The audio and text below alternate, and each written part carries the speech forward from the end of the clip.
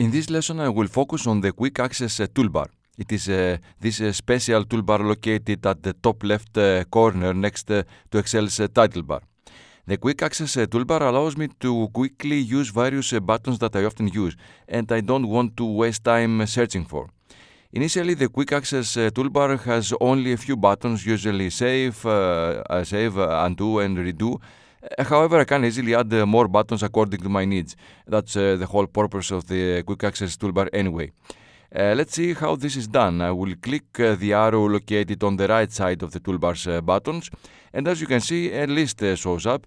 Here are some of Excel's features that are frequently used and I might want to add to the toolbar. I will select the Print, Preview and Print, and as you can see, a new button was added to the Quick Access Toolbar, and if I click on it, I have direct access to the Print, Preview and Print.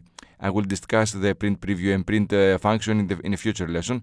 For now, I will press Escape to return to the worksheet, and I would like to show you that if I don't use the Print, Preview and Print button on the Quick Access Toolbar, I need to click the File tab and then select Print. This requires 2 clicks to complete the same action. This may seem like a small thing, doing 1 click instead of 2, but for other features that are harder to locate, adding buttons to the Quick Access Toolbar can help you save time and effort. I will press Escape on my keyboard to return to my worksheet, and let's see how I can remove a button from the Quick Access Toolbar.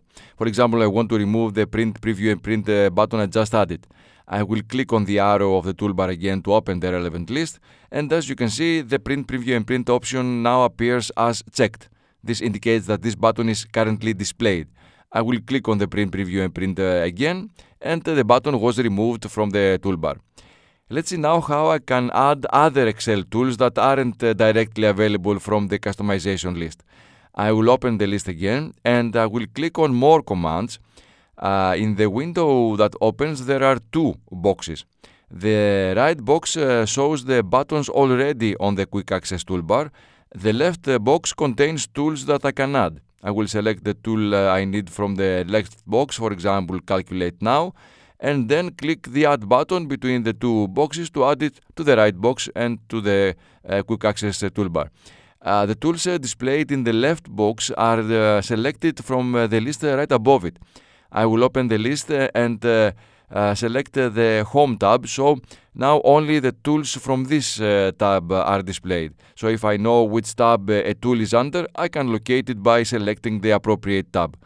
I will open the command list again and select all commands this time to display all of Excel's commands alphabetically. For example, I will scroll down the list to find the Sum command. As I said, they are displayed in alphabetical order, so it should be split down in the list.